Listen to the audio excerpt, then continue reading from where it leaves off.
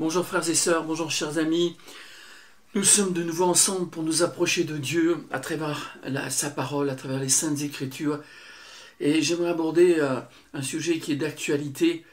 Il s'agit des tremblements de terre. Nous avons tous été bouleversés par ce qui s'est passé en Turquie, en Syrie, ces dizaines de milliers de morts.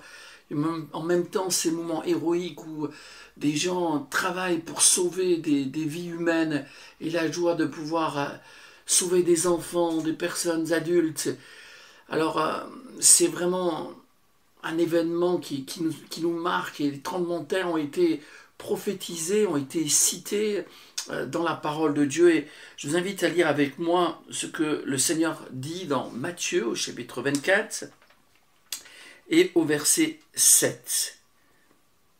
Une nation s'élèvera contre une nation, c'est ce que nous voyons à travers la guerre entre l'Ukraine et la Russie, et un royaume contre un royaume, et il y aura en divers lieux des famines et des tremblements de terre. Tout cela ne sera que le commencement des douleurs. Jésus parle de son retour en répondant à une question d'un de ses disciples. Mais dis-nous, quand est-ce que tu reviendras, Seigneur? Quels seront les signes, le signe de ton retour? Et Jésus brosse un tableau, un panorama qui est vraiment d'actualité. Parce qu'aujourd'hui, les famines sont devant nous, les tremblements de terre, les guerres. La nation d'Israël est retournée dans son pays depuis mai 1948. Les prophéties s'accomplissent. On est en train de voir émerger une nouvelle religion mondiale, une tour de Babel des religions, de telle sorte que, effectivement, l'Antichrist n'est pas loin et les derniers moments de l'humanité sont devant nous et il nous faut être prêts. Et Jésus insiste sur ces tremblements de terre qui vont marquer effectivement la pensée de tout un chacun. Du temps du Seigneur aussi, il y a eu des tremblements de terre. Et j'aimerais lire avec vous aussi dans Matthieu, chapitre 27, le verset 50. Jésus poussa de nouveau un grand cri et rendit l'esprit. Voici, le voile du temple se déchira en deux depuis le haut jusqu'en bas. La terre trembla, les rochers se fendirent, les sépulcres s'ouvrirent et plusieurs corps des saints qui étaient morts ressuscitèrent. Étant sortis des sépulcres après la résurrection de Jésus, ils entrèrent dans la ville sainte et apparurent à un grand nombre de personnes. Le centenier et ceux qui étaient avec lui pour garder Jésus, ayant vu le tremblement de terre et ceux qui venaient d'arriver, furent saisis d'une grande frayeur et dirent assurément, cet homme était fils de Dieu. On est dans le moment le plus important de la Bible. Toute la Bible converge vers Golgotha, vers ce moment où l'agneau de Dieu va donner sa vie pour chacun d'entre nous. Depuis la Genèse, Dieu avait prophétisé qu'un sauveur allait venir à travers la postérité de la femme et que celui-ci écraserait la tête du serpent. Et tous les prophètes vont parler de ce Messie qui allait venir. La Pâque en Israël, cet agneau qui était immolé, dont on mettait le sang sur le linteau des portes, cette Pâque était une préfiguration de la véritable Pâque. Cette Pâque que Jean-Baptiste a annoncée en disant « Voici l'agneau de Dieu qui ôte le péché du monde ». Même lorsqu'Abraham va offrir son fils Isaac, Dieu l'arrête et Abraham ira à la montagne de l'Éternel. Yahvé, j'irai à la montagne de l'Éternel, il sera pourvu. Et effectivement, Dieu pourvoit pour chacun d'entre nous. Il pourvoit pour toi. Il ne pourvoit pas à travers une religion, à travers un code de morale, mais il pourvoit à travers son agneau, son sauveur. Parce que nous sommes tous nés dans le péché, nous sommes tous pécheurs et privés de la gloire de Dieu. Et avant de parler de sainteté, nous avons déjà besoin d'être lavés de nos péchés, de nos iniquités, de nos souillures, de nos fautes. Nous avons besoin de nous repentir, mais nous avons besoin de quelqu'un qui nous pardonne et de quelqu'un qui paye le prix du pardon. Alors les religions sont les efforts de l'être humain pour aller vers Dieu, mais les religions ne suffisent pas.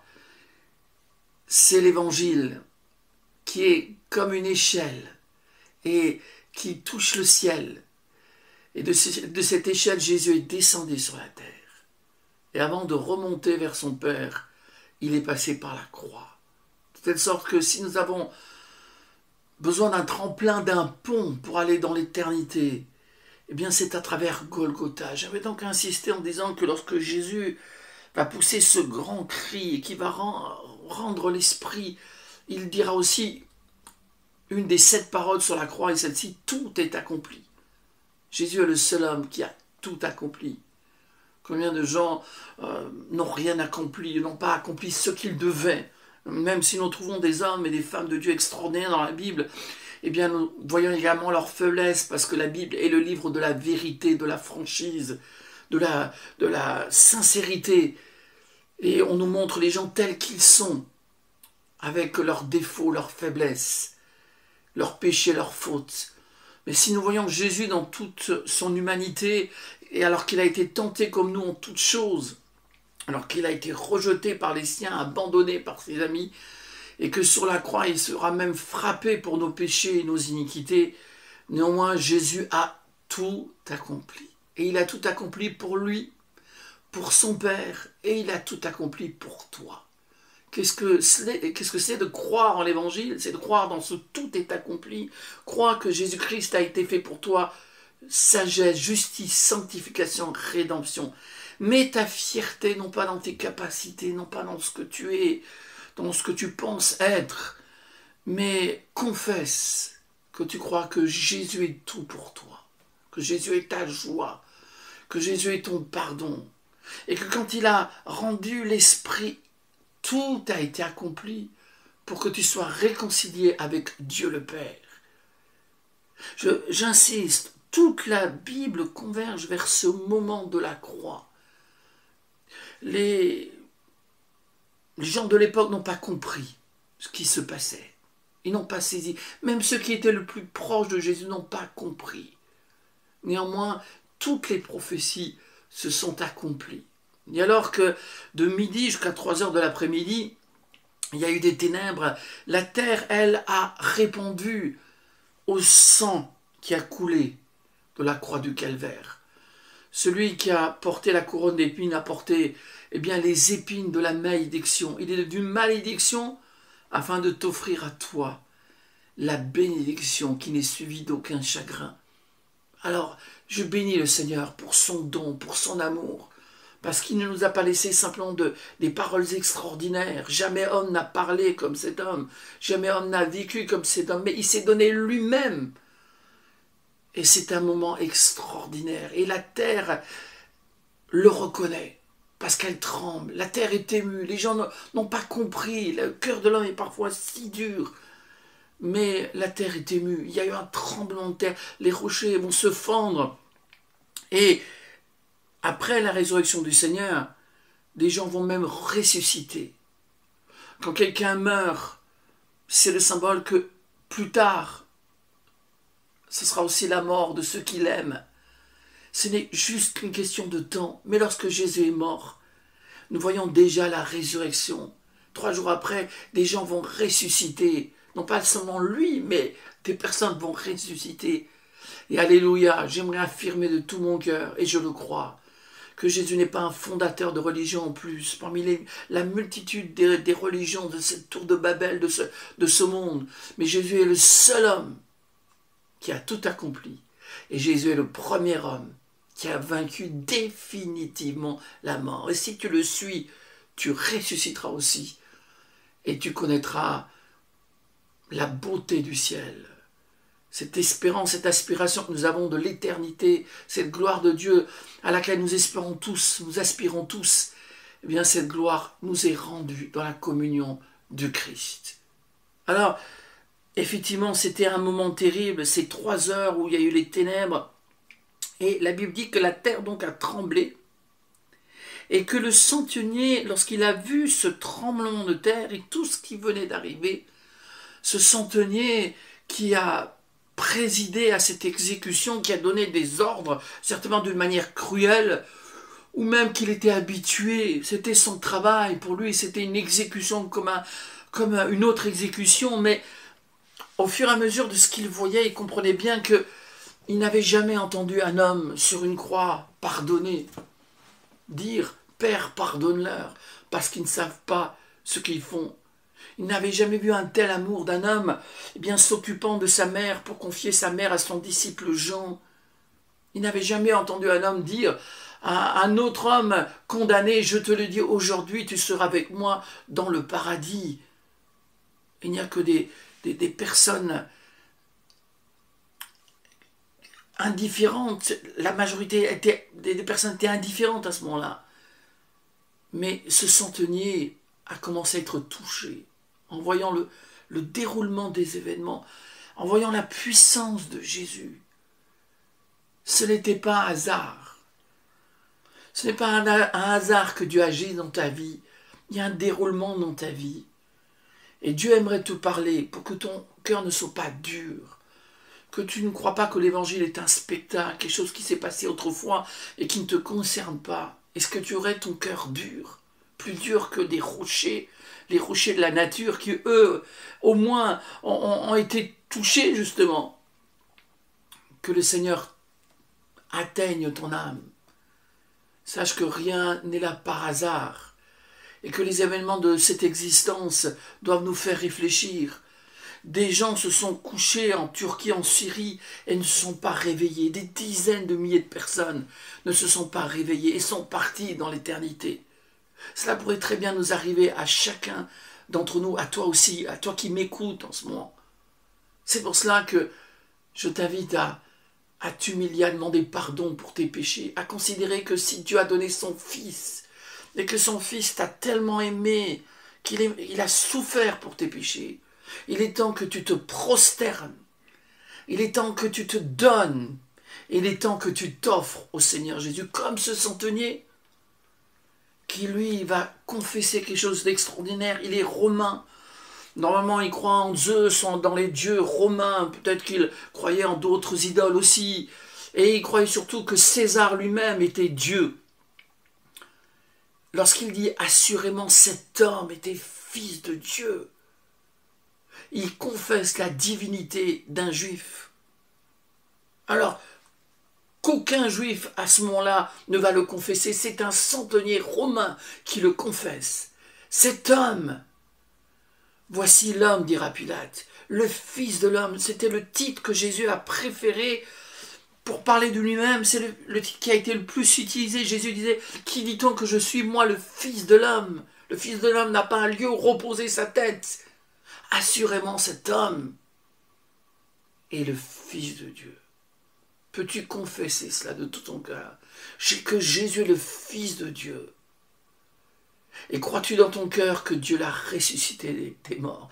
Qu'il puisse y avoir un tremblement dans ta vie professionnelle, dans ta vie sentimentale, dans ta vie morale, que tu réalises que Golgotha doit être au centre de ton existence. Golgotha est au centre de la Bible, que Golgotha, Jésus qui a donné sa vie sur la croix, soit au centre de ta vie, et que tu puisses dire, je confesse que Jésus est mort pour mes péchés, que le Saint-Esprit travaille ton cœur.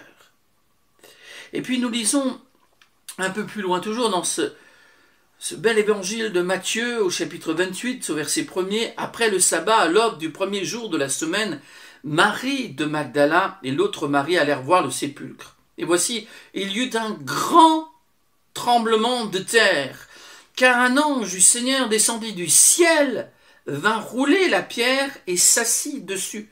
Son aspect était comme l'éclair et son vêtement blanc comme la neige. Les gardes tremblèrent de peur et devinrent comme morts, mais l'ange prit la parole et dit aux femmes, « Pour vous, ne craignez pas, car je sais que vous cherchez Jésus qui a été crucifié. Il n'est point ici, il est ressuscité comme il l'avait dit. » Amen. Pour la mort de Jésus, il y a eu un tremblement de terre, et pour sa résurrection aussi, il y a eu un tremblement de terre. Un tremblement de terre qui n'est pas dû, n'est-ce pas, au fait que les plaques tectoniques bougent, un phénomène naturel de la nature, non. C'est un phénomène spirituel. Il est dit car un ange du Seigneur est descendu. Il a roulé la pierre, l'énorme pierre qui était devant ce sépulcre, qui était donc un sépulcre taillé dans le roc. Et les femmes s'inquiétaient, les femmes qui voulaient voir le corps de Jésus, qui voulaient embaumer le corps de Jésus, s'inquiétaient en disant, nous ne pourrons pas déplacer cette grande pierre, mais un ange du Seigneur va venir et déplacer cette grande pierre. Ce que nous ne pouvons pas faire, Dieu le fait. Nous ne pouvions pas nous sauver nous-mêmes. Dieu est venu, il nous a donné son Fils. Et ce que nous ne pouvons pas faire, les anges le feront. Ici, c'est un ange qui a l'honneur de rouler cette pierre, mais Jésus est déjà ressuscité. Dans le séjour des morts, il a proclamé sa victoire, et il est le seul homme qui a pu sortir vainqueur du séjour des morts, pour se révéler vivant. Oui, Dieu a un agenda différent de l'agenda des hommes, du planning des êtres humains. Dieu agit et Dieu fait chaque chose belle en son temps. Nous avons besoin, et je prie que tu réalises que, donc effectivement, Golgotha soit le centre de ta vie, le don de l'agneau de Dieu, mais que tu réalises que ta vie est basée sur la résurrection de Jésus. Par le baptême d'eau, lorsque nous confessons que nous aimons Jésus-Christ et que nous faisons baptiser adultes en toute conscience, au nom du Père, du Fils et du Saint-Esprit, nous sommes plongés dans sa main. Et lorsque nous sortons de l'eau, c'est le symbole de la résurrection. J'aimerais te dire que Dieu a une vie de résurrection pour toi. Nous n'avons pas été créés que pour manger, boire, dormir, gagner notre vie et attendre la mort. Essayer de reculer le plus possible cette échéance. Non, nous sommes des créations de Dieu. Et ce que Dieu désire, c'est que nous ne soyons pas seulement des créations déchues, étrangères et lointaines par rapport à lui, mais que nous devenions ses enfants. Car tous ceux qui vont vers le Seigneur, qui confessent leurs péchés, vont passer de création de Dieu à enfant de Dieu. Si quelqu'un est en Jésus, il est une nouvelle création. L'ancienne création est passée, il fait partie d'une nouvelle création. Tu as besoin de naître de nouveau et d'en haut. Tu as besoin de savoir que tu as une vie de résurrection. Si Christ est ressuscité, nous aussi nous sommes ressuscités avec lui. Et merci à cet ange et à ce tremblement de terre, parce que c'est un tremblement de terre qui fait peur aux ennemis de Dieu, qui fait peur aux violents.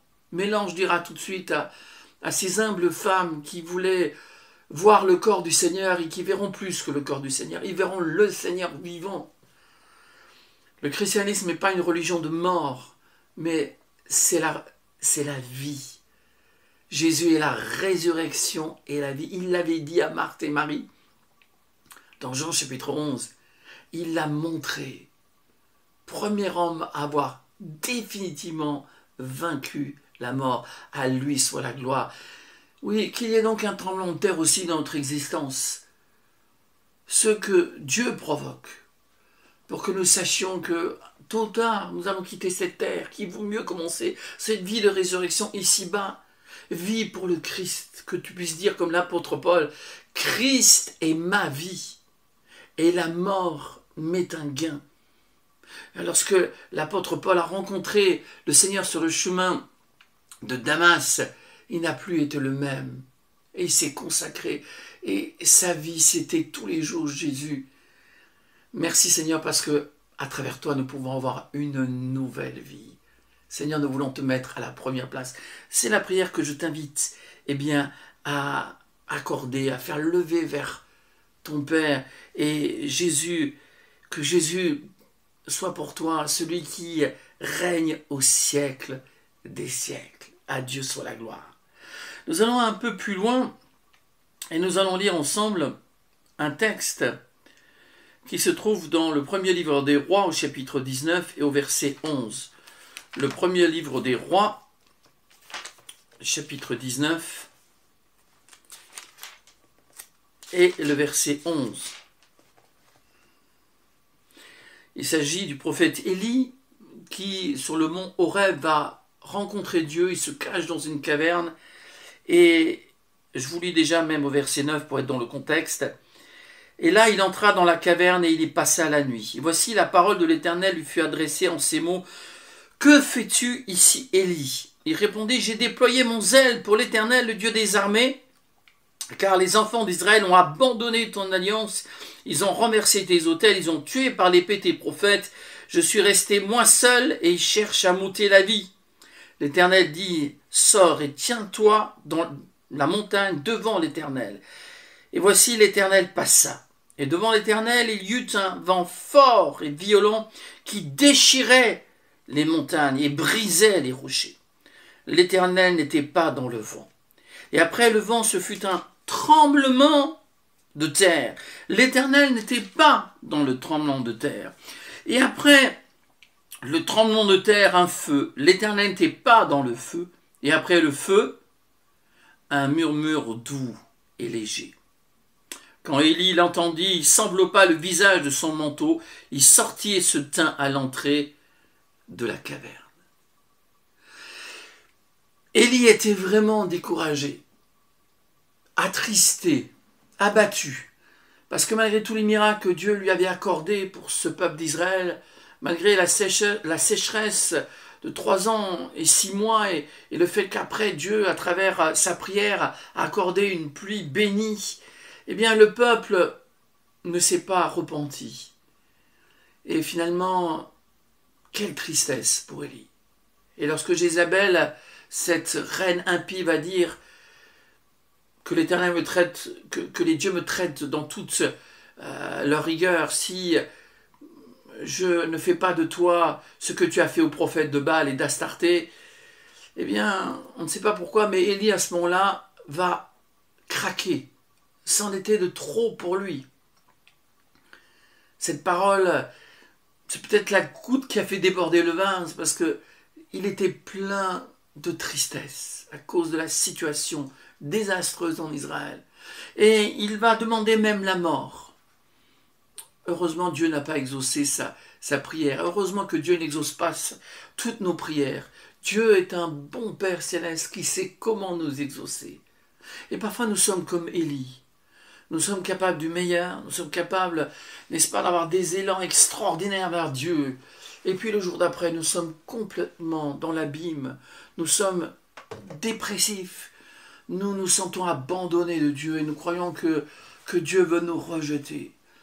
Mais il n'en est pas ainsi. Là, une fois de plus, nous voyons un ange qui va intervenir, qui va encourager Élie à manger et à boire et aller vers ce mont Horeb, rencontrer le Seigneur.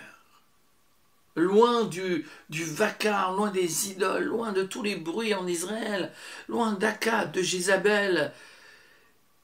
Il fallait que Élie soit seul avec son Dieu. Je remercie le Seigneur, nous remercions tous le Seigneur de ce que Jésus ne s'est jamais découragé. Jésus a toujours été un homme de prière et n'a jamais laissé l'ennemi l'atteindre. Il n'y avait jamais une faille, un défaut dans sa cuirasse. Il pouvait dire, le diable n'a rien en moi. De telle sorte qu'à Gethsémane, il dira, non pas ma volonté, mais que ta volonté soit faite. Et il a parfaitement accompli, comme nous l'avons déjà partagé au début de ce message, toutes les prophéties du Seigneur. C'est pour cela que Jésus est plus grand que tous les Élie, tous les prophètes, que tous les Élisée, que tous les Moïse, que tous les Josué, que tous les hommes et les femmes de Dieu sont des hommes et des femmes comme nous, mais Jésus, c'est Dieu qui s'est fait homme, et toute la plénitude de la divinité habitait corporellement en lui. Mais Élie, lui, s'est découragé, et il avait besoin d'être consolé par le Seigneur. Alors, je n'ai pas toutes les explications divines ou humaines sur les tremblements de terre. Les hommes ne peuvent pas prédire à l'avance quand est-ce qu'il y aura des tremblements de terre. Et on ne sait pas pourquoi telle et telle chose arrive. Mais ici, j'aime ce texte parce qu'il dira que Dieu va venir dans toute sa puissance et qu'il y aura donc des phénomènes extraordinaires, puisque les rochers vont se fendre, puisque il y avait un feu, il y avait toutes sortes de choses, aussi un tremblement de terre, mais il est dit, il est spécifié, l'Éternel n'était pas dans le tremblement de terre. Il n'y était pas. Et puis il y a eu, alléluia, un murmure doux et léger. À Dieu soit la gloire. Dieu ne nous parle pas dans le fracas, dans le vacarme. Il ne veut pas nous faire peur. Il vient dans la douceur de son Fils. Jésus dira, venez à moi, vous tous qui êtes fatigués et chargés. C'est un message pour ceux qui ne connaissent pas Dieu et pour ceux qui le connaissent. Parce que Élie connaissait Dieu, mais il avait besoin de ce murmure doux et léger. Cette douceur qui vient du ciel. Cet amour qui vient d'en haut, de cette pureté que seul Dieu peut donner et dont tu as besoin. La douceur de la sagesse, elle vient d'en haut, du ciel. Ce qui est beau, pur, il n'y a aucune pollution il n'y a aucun défaut, il n'y a aucune faute dans les dons du ciel. Oui, tout cadeau, tout don parfait vient d'en haut, du Père des Lumières, chez lequel il n'y a pas de changement. Et Dieu donne à tous simplement et sans reproche. Et tu as besoin de ce temps avec le Seigneur. Et le Seigneur n'était pas dans le tremblement de terre. Il n'était pas dans ce vacarme, dans ce cataclysme. Il était dans la douceur. Il est dit du Seigneur Jésus qu'il n'élèvera pas sa voix sur les places. Jésus n'a jamais crié et fait du vacarme. Mais il prenait souvent les gens seul à seul pour leur parler. Jésus n'a pas crié à l'oreille de la Samaritaine, mais il lui a parlé sur un ton d'amour. Et il lui a dit, mais donne-moi à boire. Jésus savait utiliser le langage du cœur. Jésus a su prendre la main de la fille de Jairus en lui disant, Talita Koumi, lui a parlé le langage qu'elle comprenait. Il lui a parlé en araméen, comme c'était la langue de l'époque. Jésus sait parler à notre cœur. Quand Jésus a parlé à Zachée, il n'a pas crié. Il a dit, Zachée, à toi de descendre, car il faut que je demeure aujourd'hui dans ta maison. Lorsqu'on crie, c'est parce qu'on a l'impression qu'on n'est pas écouté. Mais si tu parles au Seigneur, sache que Dieu t'écoute et que Dieu exaucera ta prière. L'Éternel n'était pas dans ce tremblement de terre. Il était dans la douceur qui va relever Élie. Dieu va fortifier Élie, lui montrer qu'il n'est pas le seul qui aime le Seigneur. Il y a des milliers en Israël qui aiment Dieu. Il va lui donner une force nouvelle pour confier un nouveau ministère à celui qui va lui succéder, c'est-à-dire Élisée. Et on est tellement reconnaissant de voir que Élie, qui était un homme de la même nature que nous, a été si proche de Dieu. Dans le vacarme de ce monde, tu as besoin de ces temps où tu es seul avec le Seigneur. Que le nom du Seigneur soit béni. On va aller plus loin et voir également un texte dans le livre du prophète Zacharie. On lit cela, donc Zacharie, le chapitre 14, le verset 5, l'avant-dernier livre de l'Ancien Testament.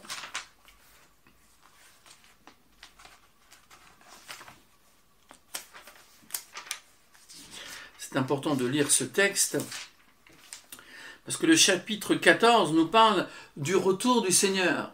Et c'est vrai que j'ai trouvé dans la parole de Dieu plusieurs textes qui nous parlent de tremblement de terre en rapport avec les derniers moments de l'humanité et le retour imminent de notre Seigneur Jésus-Christ en chair et en os. Et nous lisons donc Zacharie chapitre 14 et le verset 5.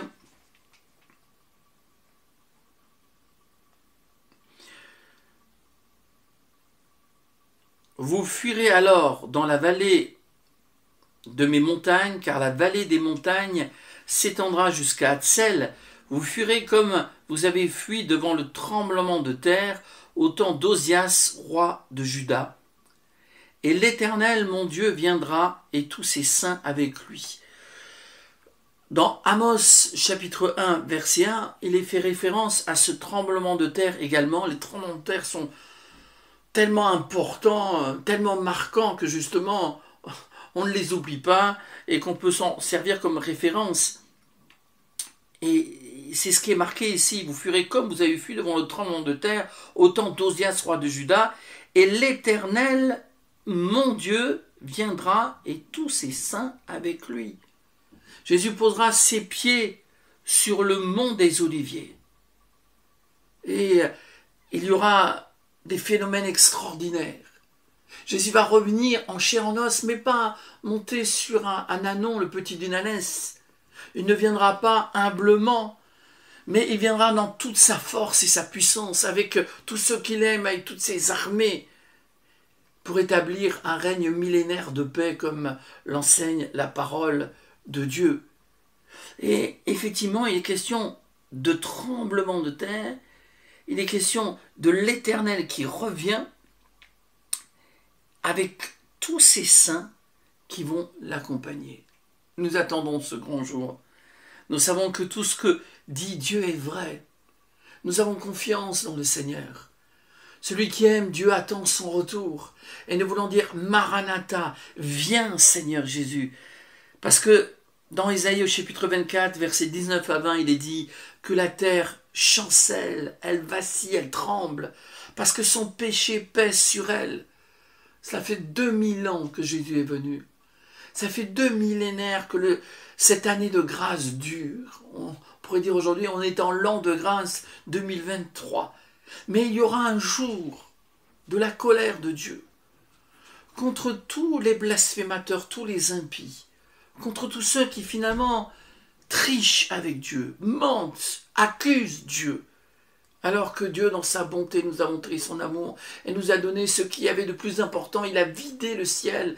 Il a vidé le ciel de son Fils bien-aimé pour le donner, pour nous le donner. Et il nous invite à nous repentir. Mais le bon Dieu n'a jamais existé. Et quand la grâce de Dieu se terminera, il y aura un jour de la colère, de la vengeance de Dieu. Et ce jour, eh bien, est marqué et typifié dans le livre de l'Apocalypse. Nous voyons cela dans Apocalypse au chapitre 16, verset 18. Nous avons aussi un texte qui nous parle d'un tremblement de terre. Apocalypse chapitre 16, le verset 18, même le verset 17. Le 7e versa sa coupe dans l'air et sortit du temple du trône une voix forte qui disait « C'en est fait !» Et il y eut des éclairs, des voix, des tonnerres et un grand tremblement de terre, tel qu'il n'y en avait jamais eu depuis que l'homme est sur la terre, un aussi grand tremblement. Et la grande ville fut divisée en 3 parties, et les villes des nations tombèrent, et Dieu se souvint de Babylone la grande pour lui donner la coupe du vin de son ardente colère. Et toutes les îles s'enfuirent, et les montagnes ne furent pas retrouvées, et une grosse grêle dont les grêlons pesait un talent, tomba du ciel sur les hommes, et les hommes blasphémèrent Dieu à cause du fléau de la grêle, parce que ce fléau était très grand. Ici, il est question du plus grand des tremblements de terre. Quand on pense qu'il y a eu des catastrophes déjà dans l'histoire de l'humanité, où vraiment des dizaines, des centaines de milliers de personnes sont décédées, mais ici, il est parlé du plus grand des tremblements de terre. Et j'aimerais attirer votre attention sur le fait que, malgré cela, les hommes vont blasphémer Dieu. Ce n'est pas un tremblement de terre qui va amener les gens à se dire « mais nous sommes fragiles, nous ne sommes que des hommes ». C'est une époque où les gens seront tellement loin de Dieu que la majorité vont blasphémer.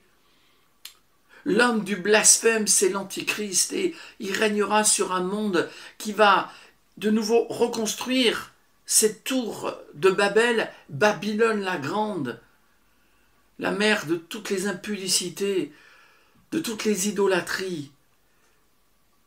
Cette femme qui est ivre du sang des saints, du sang de ceux qui aiment le Seigneur. Nous voyons, hélas, que la majorité vont recevoir la marque de la bête sur leurs mains et sur leur front. Et ils vont adorer l'incarnation du diable.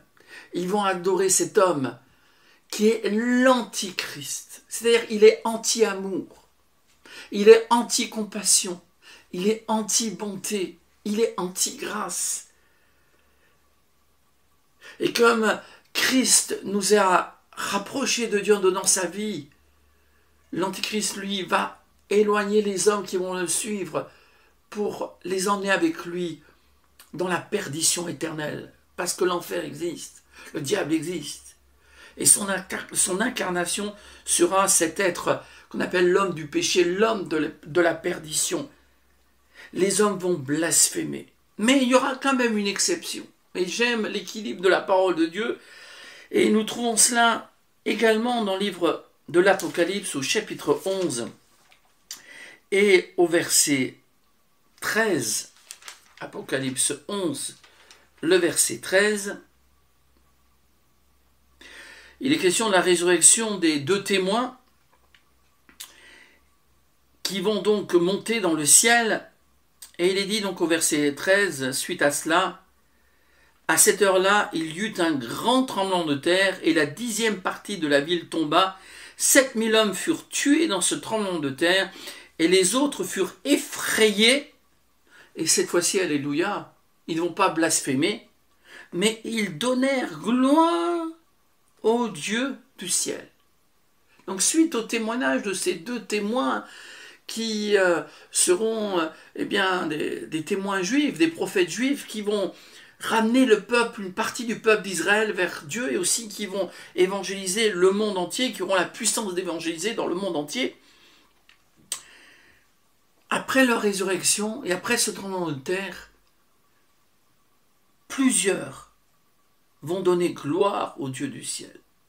Et ce n'est pas très courant eh bien, dans ces dernières pages de la Bible, puisque l'Église sera enlevée, et nous savons néanmoins qu'une grande foule va se convertir et que beaucoup vont être touchés, mais nous voyons que, hélas, la majorité vont s'éloigner, mais Dieu agit toujours, Dieu est puissant pour agir dans la grande tribulation qui sera de 42 mois. Et ici, ce verset, nous pouvons le souligner, le mémoriser, ils donnèrent gloire au Dieu du ciel. Dieu mérite la gloire. Il mérite l'adoration. Ce que le Père demande, ce sont des adorateurs en esprit et en vérité. Jésus a refusé, a rejeté ce que le diable lui a dit en disant « Mais moi je vais te donner toute la terre, les royaumes de ce monde et leur gloire et leur richesse, si tu te prosternes devant moi et si tu l'adores. » Et Jésus va citer un verset du livre de Deutéronome en disant, il est écrit, tu n'adoreras et tu ne serviras que le Seigneur ton Dieu et lui seul. Nous voyons dans l'Apocalypse l'accomplissement de la volonté du diable qui est de soumettre les hommes, de les avilir, et il le fera à travers l'Antichrist, et il veut l'adoration pour lui seul. Finalement, à travers les idoles, eh bien, les hommes adorent des démons. À travers les fausses religions, ils adorent des démons. Et ils adorent le maître des démons, déjà. Mais dans les derniers mondes de l'humanité, à travers l'Antichrist, ils adoreront directement celui qui habite l'Antichrist, c'est-à-dire le dragon, le serpent ancien de la Genèse est devenu le dragon dans le livre de l'Apocalypse. Béni soit Dieu de ce que, ici, nous voyons que grâce au témoignage des deux témoins, plusieurs vont être effrayés et donner gloire à Dieu, adorer Dieu. Le livre de l'Apocalypse est là pour nous montrer que Dieu est digne d'adoration. Au chapitre 4, il est digne d'adoration parce qu'il a créé toutes choses et il t'a créé. Tu n'es pas le fruit du hasard, de la rencontre de quelques atomes. Non, tu es le fruit de la volonté de Dieu, tu as été créé à l'image de Dieu. Et c'est vrai que tu as le pouvoir de rejeter Dieu. C'est vrai, tu as le pouvoir de blasphémer, mais je pense que si tu m'écoutes, c'est que tu as le désir de plaire à Dieu. Nous avons aussi, par la grâce de Dieu, le pouvoir, par le Saint-Esprit, d'adorer Dieu, de nous réconcilier avec lui, de rendre gloire à Dieu parce qu'il est le Créateur. Je ne crois pas dans le Dieu de l'évolution, dans le Dieu de la chance, du hasard, dans les comètes qui se sont entrechoquées et que tout soit mis en place. Non, je crois que l'être humain est une créature si merveilleuse et que Dieu l'a tant aimé. Et Dieu a rendez-vous avec toi. Puisses-tu donner gloire, non pas à l'argent, non pas à la vie qui passe, non pas à la folie de ce monde, non pas aux démons ni au diable, mais puisses-tu donner gloire au Dieu du ciel. Peu importe les témoins que Dieu te donnera, mais que ton cœur soit touché, parce que ce que le Père demande, Ce sont des adorateurs en esprit, en vérité. Tu n'as pas besoin de prendre l'avion, d'aller à Jérusalem pour adorer, d'aller dans un sanctuaire spécial, puisque Dieu a créé les cieux et la terre. Nous pouvons adorer Dieu en regardant un merveilleux coucher de soleil, en voyant la mer, en nous promenant dans la forêt, en étant chez nous. Nous avons besoin d'adorer Dieu. Et quand Dieu a la première place, nous retrouvons notre équilibre. Le chaos du péché est ôté. Et dans la communion avec Jésus, nous sommes rassasiés. Étant donc réconciliés avec Dieu, nous avons la paix avec Dieu par notre Seigneur Jésus-Christ. Romains chapitre 5, verset 1er. Oui, effectivement, les tremblements de terre sont cités dans la parole de Dieu pour nous faire réfléchir à notre fragilité, pour que nous puissions adorer le Seigneur. J'aimerais terminer en citant, racontant ce qui s'est passé dans le livre des Actes des Apôtres, chapitre 16, et au verset 26, où nous voyons Paul et Silas, deux hommes de Dieu qui sont dans une prison parce qu'ils ont annoncé l'évangile. Ce sont des bienfaiteurs. Chaque fois qu'on annonce Jésus, on donne un bienfait. Chaque fois qu'on parle de lui et qu'on parle du vrai Jésus, le Jésus de la Bible, qui est annoncé comme le Fils de Dieu, le Fils de l'homme, celui qui revient, celui qui est le premier, le dernier, le commencement et la fin, celui qui est bien plus qu'un prophète. Il est le Sauveur et le Seigneur. Alléluia, à lui soit la gloire. Si tu parles de lui, c'est un bienfait. Et bien sûr qu'on dérange l'ennemi. Et Paul et Silas, en annonçant l'évangile, eh bien, ont dérangé l'ennemi de nos âmes. Et le diable a orchestré une persécution contre ces deux hommes de Dieu. Ils se sont retrouvés en prison, enchaînés. Et ils sont là. Et il n'est pas nullement dit qu'ils se sont posés des questions. Ils savaient qu'en servant le Seigneur, ils allaient souffrir. Tous ceux qui veulent vivre pieusement en Jésus-Christ seront persécutés. Et Jésus nous a dit de porter notre croix chaque jour et de renoncer à nous-mêmes. Car à quoi servirait-il à un homme, une femme, de gagner le monde entier si il ou elle perdait son âme? Alors, Paul et Silas ne sont pas étonnés. Pourquoi nous étonner? Jésus nous a prévenus. La Bible nous prévient qu'il y aura des épreuves, des souffrances. Mais elle nous dit aussi que si nous sommes fidèles, nous ne connaîtrons pas sa colère, mais nous vivrons dans la paix du Seigneur. Et Dieu nous gardera des derniers moments terribles de l'humanité. Alors Paul et Silas sont là, et vers le milieu de la nuit, ils ont commencé à chanter. Alléluia, que dans nos épreuves, nous puissions chanter. Chanter les louanges du Seigneur. Comme dans le livre de l'Apocalypse ou dans le ciel, il y a des cantiques. Il y a des chants, il y a des chœurs, il y a des louanges. Christ est le centre. Et quand nous chantons les merveilles de Dieu, nous sommes heureux. Et Paul et Silas chantaient, et les prisonniers les entendaient, étaient fascinés. Mais qui sont ces gens qui, après avoir été frappés, au lieu de vociférer, de maudire, d'avoir des pensées de vengeance, chantent des cantiques, chantent la paix de Dieu?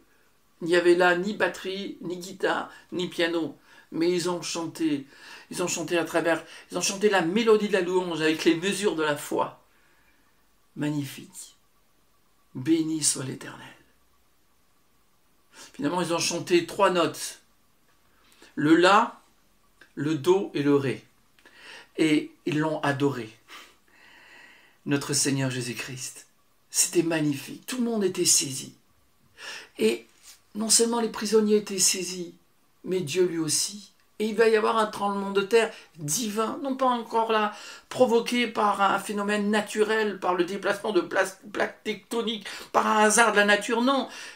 C'est quelque chose qui a été provoqué par la louange, par l'adoration. Dieu a été touché. Il y a eu un tremblement de terre divin. Les fondements de la prison ont été ébranlés, toutes les portes sont ouvertes. Et lorsque le gardien de la prison a vu cela, il a voulu se suicider. Et les miracles vont se succéder, puisque Paul dira, il va crier d'une voix forte, ne te fais point de mal, nous sommes tous ici.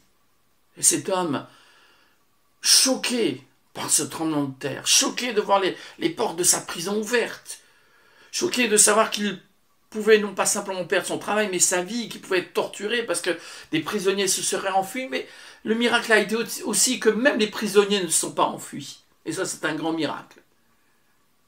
Et finalement, ce gardien de prison va prendre Paul et Silas et il va dire, que faut-il que je fasse pour être sauvé? Et la réponse va être imminente.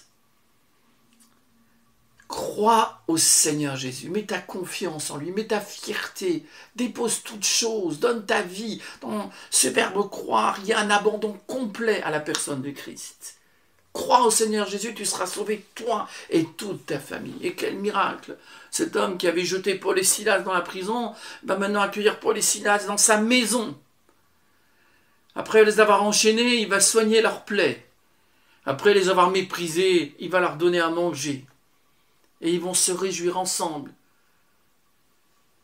Nous ne sommes pas là pour garder des prisons et pour garder les gens en prison. Nous sommes là pour proclamer que le nom de Jésus fait tomber toutes les chaînes, que toutes les portes de fer que le diable a mis en place, que la prison du péché et de la mort, elle a été ébranlée et que les portes sont ouvertes. Et que tu peux sortir. Si tu veux rester dans ta prison, dans ta cellule, même si elle est dorée, tu peux y rester. Mais pour toi qui veux en sortir, celui qui t'invite à sortir de ta prison, celui qui a fait ta peine, qui a porté ta peine pour te libérer de la prison, c'est le Christ. Alléluia.